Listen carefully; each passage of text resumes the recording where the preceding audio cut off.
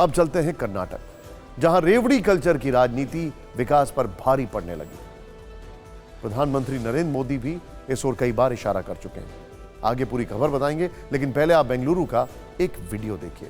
यह video social media पर viral हो रहा है, जिसमें केंद्र सरकार की कर्मचारी होने का दावा करने वाली यह महिला मुफ्त बस यात्रा के लिए कंडक्टर से उलझ गई। राज्य में सरकार ने महिलाओं के लिए मुफ्त बस यात्रा लागू की है, यही दलील वो भी दे रही थी, लेकिन बस कर्मचारी ने उसे कर्नाटक का पहचान पत्र दिखाने को कहा, जिस पर पूरे रास्ते बहस होती है। यह तस्वीर तो बस एक उदाहरण है। असल में कांग्रेस सत्ता में आने से पहले इतने वादे कर दिए, इतनी गारंटी दे दी कि वही उनके गले की हड्डी बन गई है। कुछ महीने पहले हुए विधानसभा चुनाव में कांग्रेस ने 5 गारंटी दी थी। इनमें 200 यूनिट मुफ्त बिजली, महिला मुखिया को 2000 रुपए मासिक सहायता, बीपीएल परिवार को 10 किलो मुफ्त चावल, हर महीने 1500 से लेकर 3000 तक बेरोजगारी भत्ता और सरकारी बसों में महिलाओं के लिए मुफ्त यात्रा।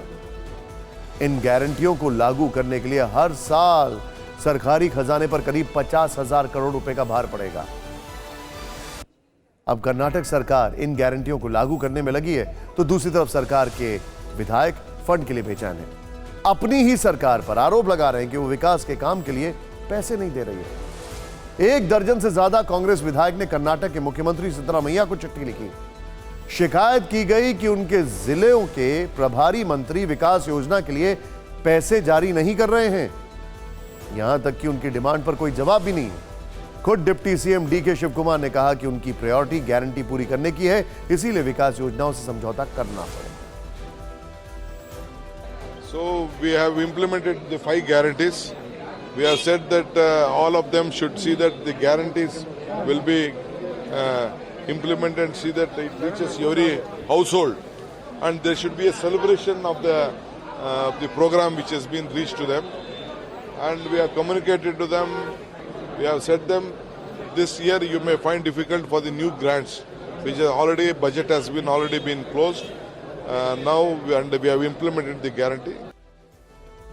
अब यह समझने वाली बात है कि कांग्रेस के लिए यह गारंटी इतनी जरूरी क्यों है, और ये 5 गारंटी, दरअसल ये 5 गारंटी कांग्रेस को ऐसा लगता है कि उसका ट्रम्प कार्ड है और इसी वजह से उसकी कर्नाटक में जीत हुई, और इन्हीं गारंटी के दम पर वो लोकसभा चुनाव भी लड़ना चाहती है और आने वाले राज्यों में चुनाव है उनको भी लड़ना चाहती है। कर्नाटक में कांग्रेस की सरकार बने 3 महीने हो चुके, लेकिन उसके कई विधायक इतने नाराज हैं कि गुरुवार को मुख्यमंत्री सिद्धरामैया को बैठक बुलानी पड़ी। बेंगलुरु में रात के समय मीटिंग हुई, जिसमें डिप्टी सीएम डीके शिव कुमार भी मौजूद थे।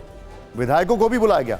फिर यह जानकारी दी गई कि सब कुछ ठीक है, ऑल इज वेल, कहीं कोई गुस्सा या नाराजगी जैसी कोई बात नहीं है।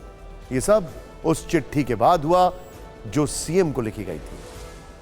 आपको बता दें कि ये फ्रीबीज असल में फ्री नहीं होते, बल्कि इसकी कीमत भी घुमा फिरा कर जनता को ही चुकानी पड़ती है। कर्नाटक में भी कुछ यही हुआ है। वहां नंदनी दूध 1 अगस्त से 3 रुपए लीटर महंगा होने जा रहा है। टोन दूध 39 रुपए है, जबकि 42 रुपए प्रति लीटर बेचा जाएगा। सरकार की दलील है कि अन्य जगहों पर यही दूध 54 रुपए और 56 रुपए लीटर के बीच बिकता है। उनके राज्य में तो बहुत कम दाम में मिल रहा है। इंटरेस्टिंग बात क्या है, आप जानते हैं श्रीलंका का बंटाधार क्यों हुआ? जो आपने देखा था, लोग सड़कों पर आ गए थे क्योंकि जो सरकार थी उसने चुनाव में कई वादे कर दिए थे, फ्रीबीज के वादे कर दिए थे, और जब फ्रीबीज के वादे कर दिए तो एकाएक कोरोना काल आ गया, उसका रेवेन्यू कम हो गया, और रेवेन्यू आता था टूरिज्म से। वादे तो पूरे किए, लेकिन सरकारी खजाना खाली हो गया और फिर बंटाधार हो गया। यहां पर चीजों को बैलेंस करना जरूरी है। ये मुफ्त वो मुफ्त अब बारी आई है विकास की, तो हाथ खड़े कर दिए। ऊपर से महंगाई की मार अलग से पड़नी शुरू हो गई। रेवड़ी कल्चर का सच यही है, जब जनता की ही कटनी।